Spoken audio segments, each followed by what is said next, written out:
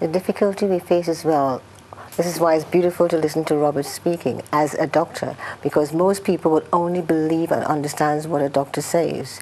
It's important to state, actually, that you're not actually a medical doctor. I'm not a medical doctor. I'm a biologist. Okay. Yeah. But hold on, I think I'm going to have to make some other statement here. I'm going to say that, obviously, the opinions of my guests are their opinions and not necessarily the opinions of this station. And we would also recommend, if you have a medical problem, go and see your doctor. There you go, I've said it. I would say go and see your doctor or your other chosen health practitioner, which may be a qualified practitioner in any field. But, of course, that is, again, people's choice. Yes, okay. And that's the important factor.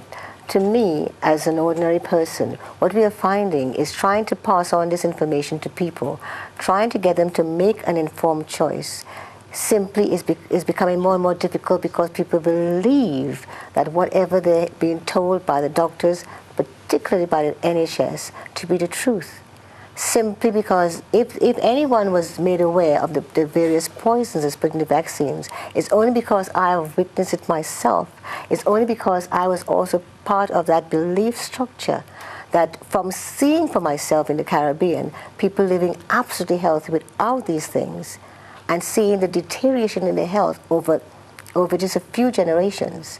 Now, the Caribbean, because you want to emulate the wealthy, educated West, their health is far worse than you have here now. There's a pill for everything, and every designer pill which has been banned in the West gets sold to the Caribbean and other third world countries. So people still believe they are going to be made well through drugs without realizing that what they have done is destroy their whole immune system.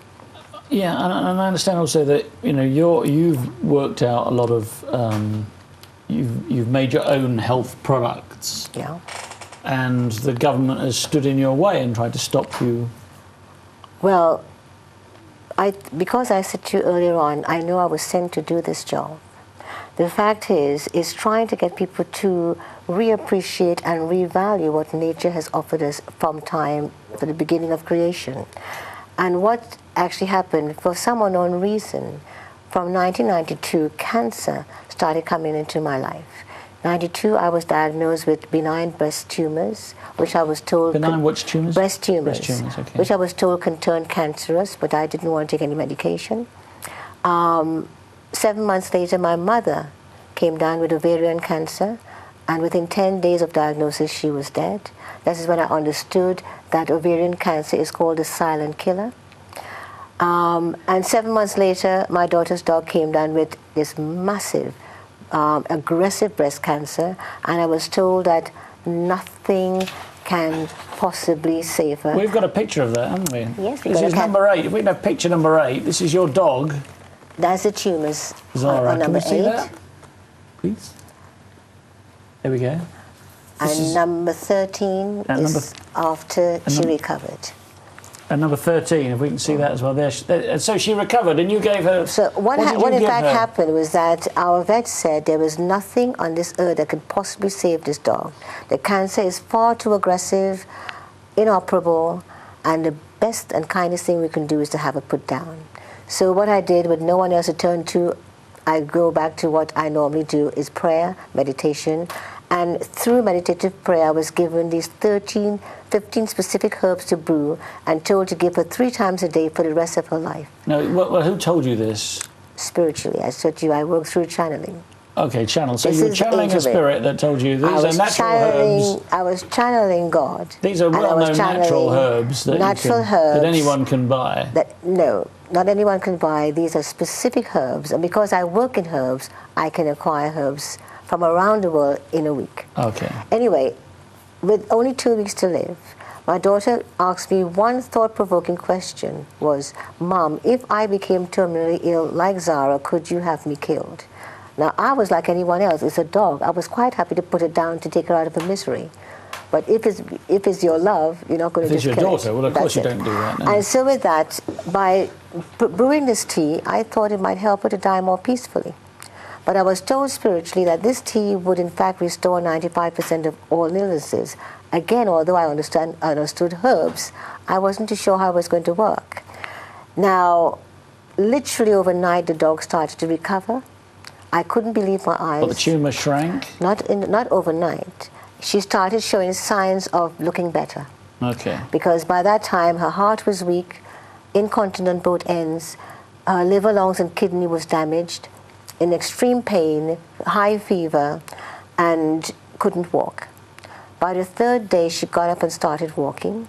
By the end of the first week, she had so much energy, she was running around like a puppy. Again, I still see the tumors, and in my eyes, she's still going to die. After 6 weeks, she had completely recovered. We took her back to the vet, who almost collapsed. She was a New Zealand vet who understood herbs and said, look, this is not normal. I need to try it out on another cancer-stricken dog. When she got the same results, she wrote me a detailed report, and this is where my nightmare started. She gave it to me to say, go to the British Medical Association and ask them to research this tea. Give them this report. I'm stating that I did not treat this dog, and this tea needs to be researched. I sent it off to them, called the BMA, who then said, not because it worked on an animal, that it will work on a human. Who, in my naivety, turned around and said, well, why have you been spending millions on all your research on animals for human use? At that point, the phone went down. Well, they put the phone down on you? Yes. And I spent a next year trying to find out every which way to get this tea research, because I'm hearing on the news the NHS is doing everything, science is doing everything in their power to heal people, to make people's health better. And I'm thinking, everyone wants a cure for cancer. If this is possibly a cure for something, shouldn't it be looked into? No one but no one. And I was sent on a 14-year wild goose chase. 14 years? 14 years.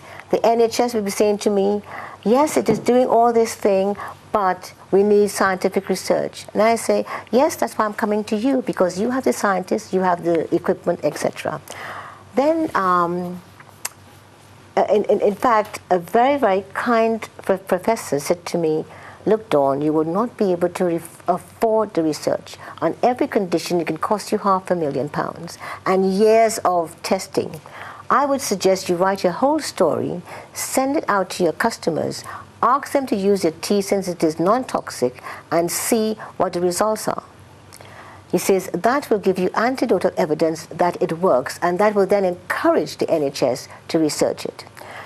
After 14 years of going back and forth, every time a response came through, not just cancer, not just incontinence, heart disease, strokes, seizure, diabetes, high cholesterol, high blood pressure, food poisoning, you name it, even pregnant mothers took it, and it increased their breast milk during lactation.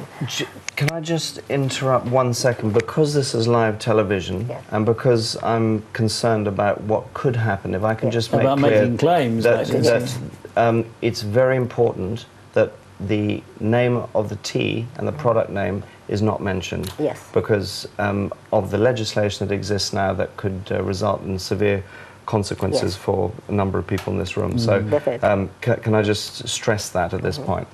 Thank you. Sorry. No problem.